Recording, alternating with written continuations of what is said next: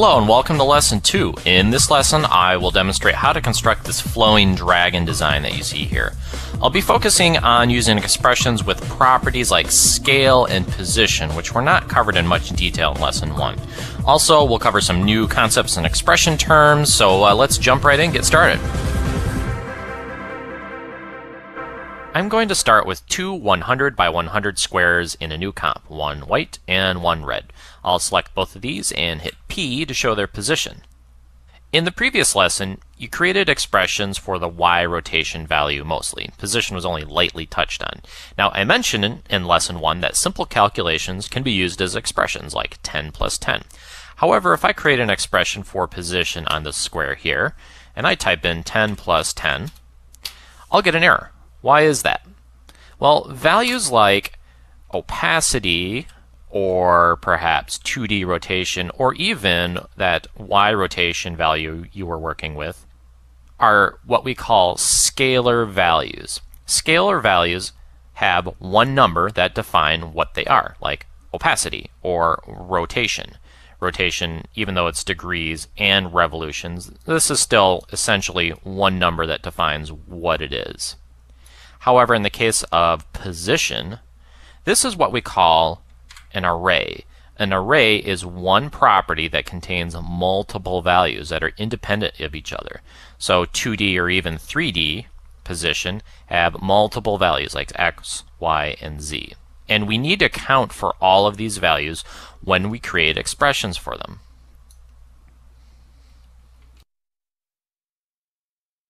To properly define the values of an array in an expression, the contents need to be surrounded by brackets with the individual values separated by commas.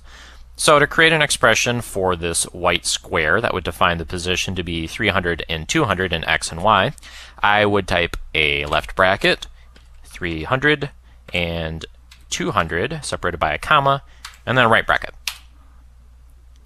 Now, as you've seen, we probably wouldn't use numbers like this. If I wanted 300 and 200, I'd just manually enter it over here. I won't need an expression to do this. Power of expressions comes from using dynamic values, like the ones that we can obtain from using the pick whip, perhaps. So, for an example here, I will make this red square move in the opposite X direction of the white square, just so we can get some basic groundwork before we move on to the dragon. So I want the red square to move in the opposite X direction of the white square. So to do this, I'm going to create an expression for the red square's position. And I need to start out with a left bracket. And now I'm going to pick whip just the X position of this white square. Notice I can just pick whip X or Y. And if I release, it's going to type the code that I would need to enter to retrieve just this X position. Now I'm going to multiply this, because I want it to move in the opposite direction, times -1. And as you've seen before, I like to put -1 in parentheses just so it makes a little more visual sense. So this is our X value right here. This is all one number. So I'll separate my X and Y with a comma, and I'll enter a fixed value for Y. I'll just use 320. And I'll close this off with a right bracket and hit enter. And our red square disappears. Well, where does it go? Actually, let me zoom out. We'll see that it's out here. It's actually doing exactly what we asked. It's moving in the opposite direction. But because this line right here is the 0 mark in X, this area out here is the negative area. So if it moves in a negative direction, it's going to move out this way. So what we need to do is offset it back over and put it over here to put it in our field of view. So I need to add a little bit more to this value right here. Now I'm actually working with a comp that is 1024 by 768, so I can zoom it full screen for you guys. So what I would need to do is add back in 1024. However, I wouldn't actually recommend doing it this way, although this will work just perfectly. I'm going to teach you a new term. Instead of using 1024, I'm going to use this comp period width. This comp.width retrieves the width of our current composition. So if you are working with 720 width or whatever your width is, this comp width will be independent of your composition's width and get the absolute width of your composition.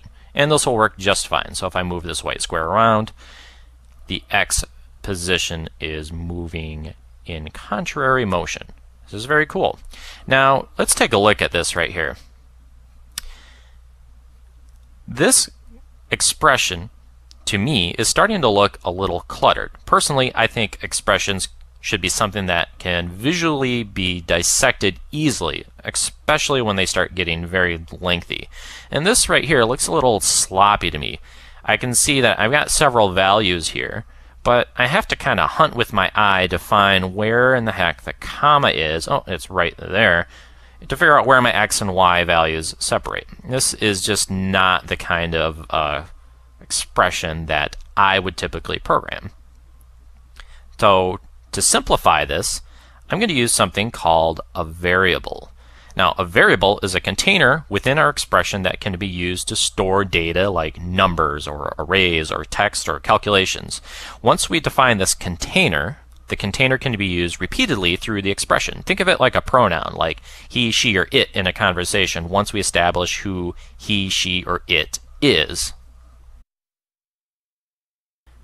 So to use a variable, let me first drop this down 1 or 2 lines. I first type the variable name. I'm going to use X, or I could also use something like my variable 2. Variable names can be any combination of text and numbers without spaces that are not found in the expression language menu. So anything that you see in here, you cannot use as a variable name.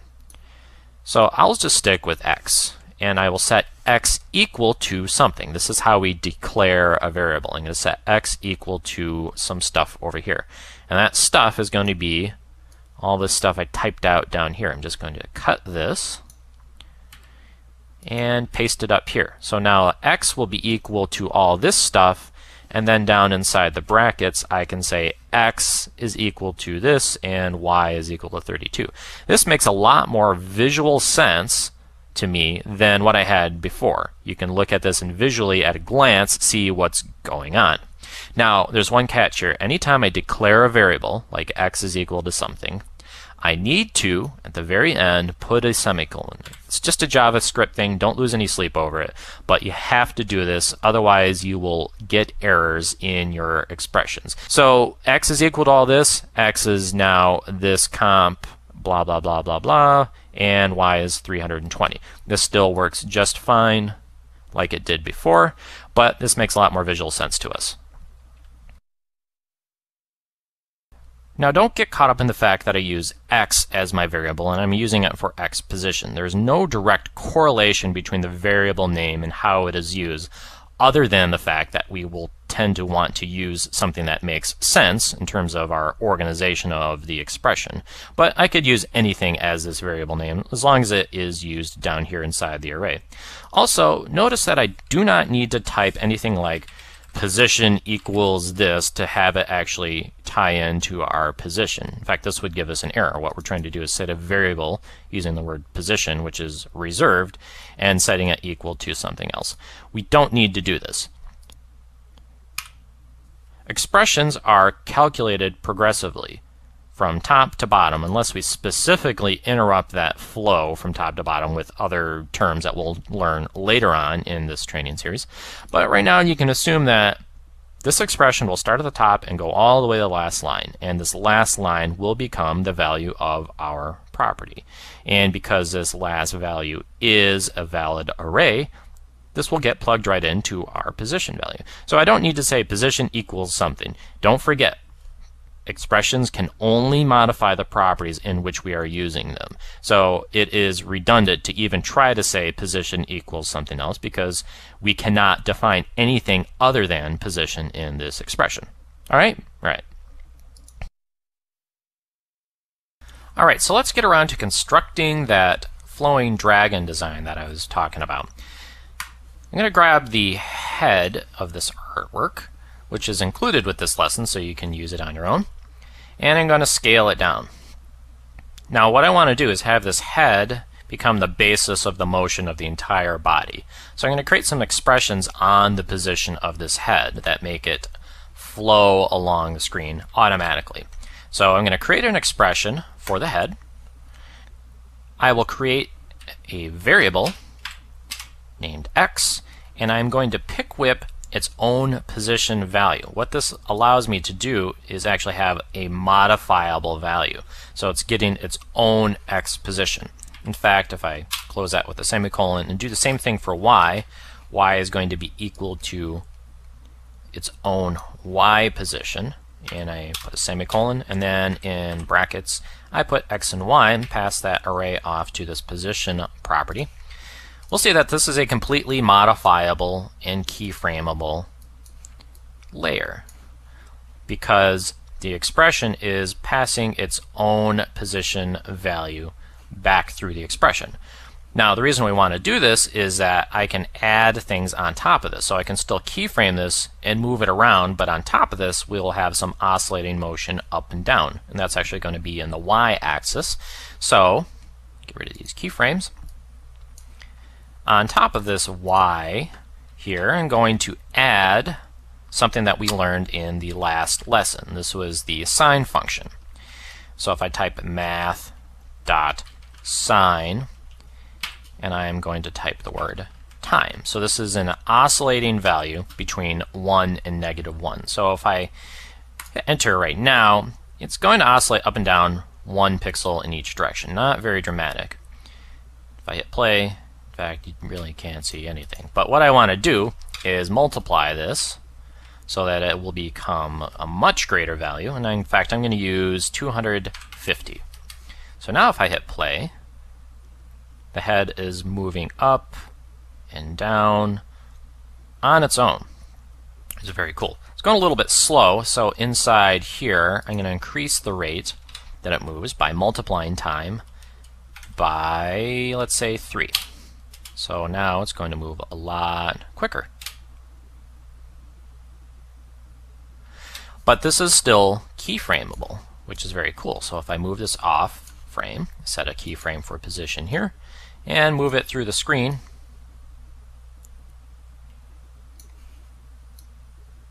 hit play, it's moving on its own. Now what we need to do is set it to auto orient along the path by right clicking, selecting transform, auto orient, and say orient along path. I'm going to reduce this amount just a little bit by 50 so that we can see what's going on here. So the head is now orienting along the path. Very cool.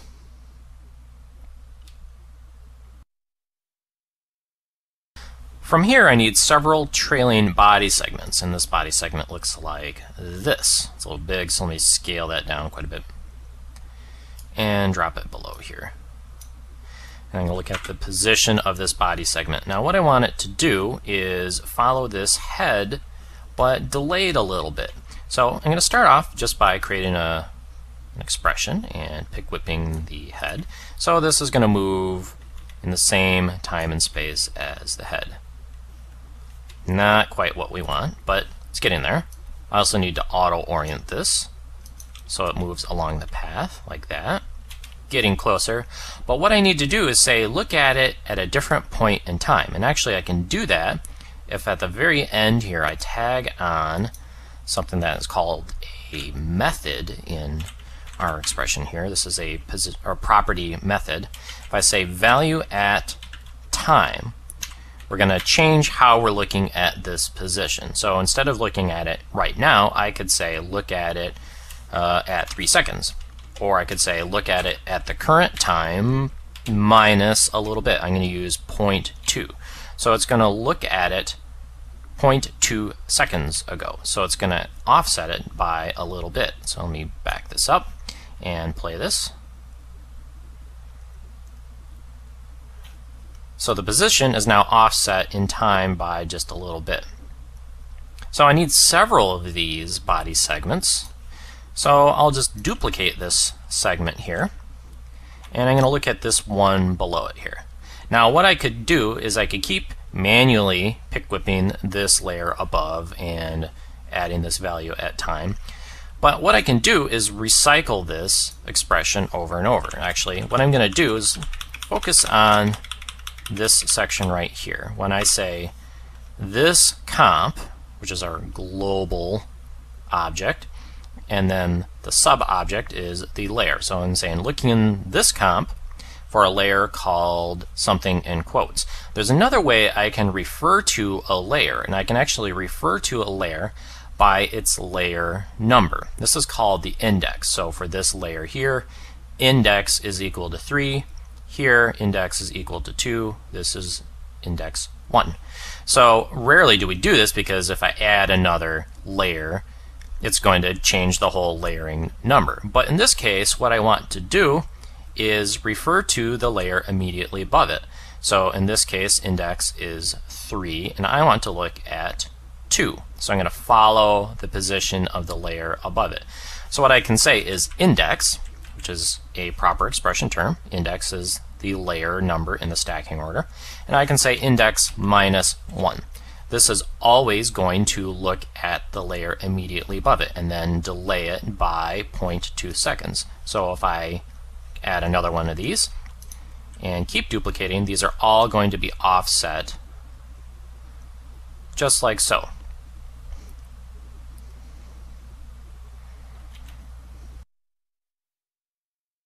Now at this point, it would be great to scale these down a little bit as they progress further down the body. So what I'm going to do is delete all of these except for the first 2 segments. I'm going to leave the scale alone on this first body segment. I don't want it to scale down. Scale is fine.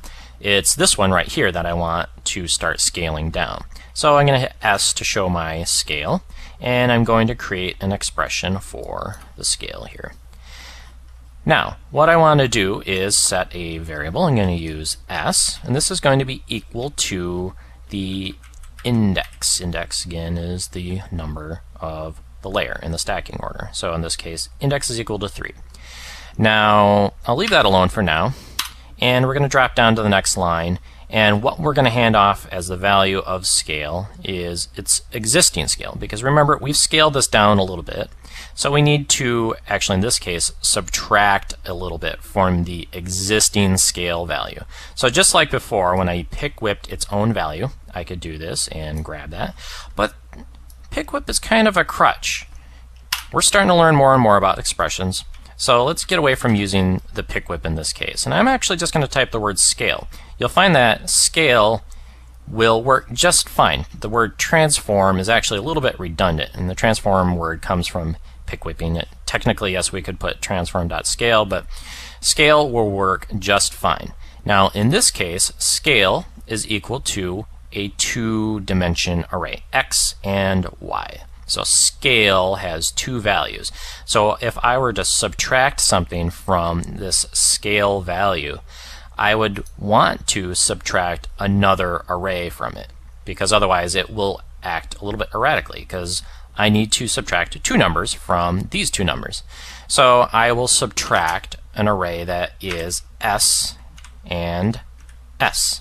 So in brackets, I've just put s and s. In this case, this is equal to 3 and 3. So 39 and 39 minus 3 and 3 will equal 36 and 36. If I wanted these to scale a little bit more, I could multiply this times a number, maybe like 2, so it decreases just a little bit more. Now if I keep duplicating these, as index increases, it's going to keep subtracting values from the scale.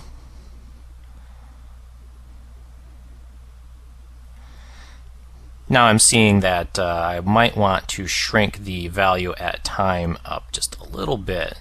So what I'm going to do is delete these body segments here. I'm going to select these 2 layers here. I'm going to hit EE to show my expressions, and I'm actually just going to go to this one right here.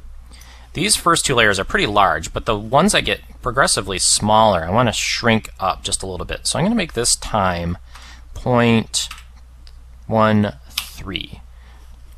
And this still has my scale expression on it, so if I close this up, and duplicate these. These will be a little tighter and not so much space in between them. And they are all scaled down over the course of the body. Now the one last thing I'm going to do is make one more duplicate, select this layer, grab the tail element, drag it down, hold down the Option key or your Alt key in Windows, and replace that last layer with the tail. Now if I play this, we've got our flowing dragon.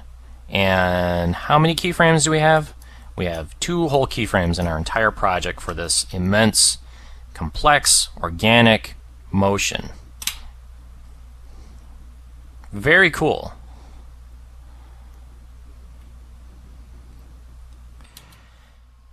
In our next lesson, we'll focus on this 3D text composition here, and we'll use After Effects to construct some 3D looking text, and we'll also be able to sort of fake some reflections and make some nice looking 3D text without using any third-party plugins whatsoever. So we'll be focusing more on position arrays and how to add and subtract them together, and we'll do some other design elements. So I'll catch you in lesson 3.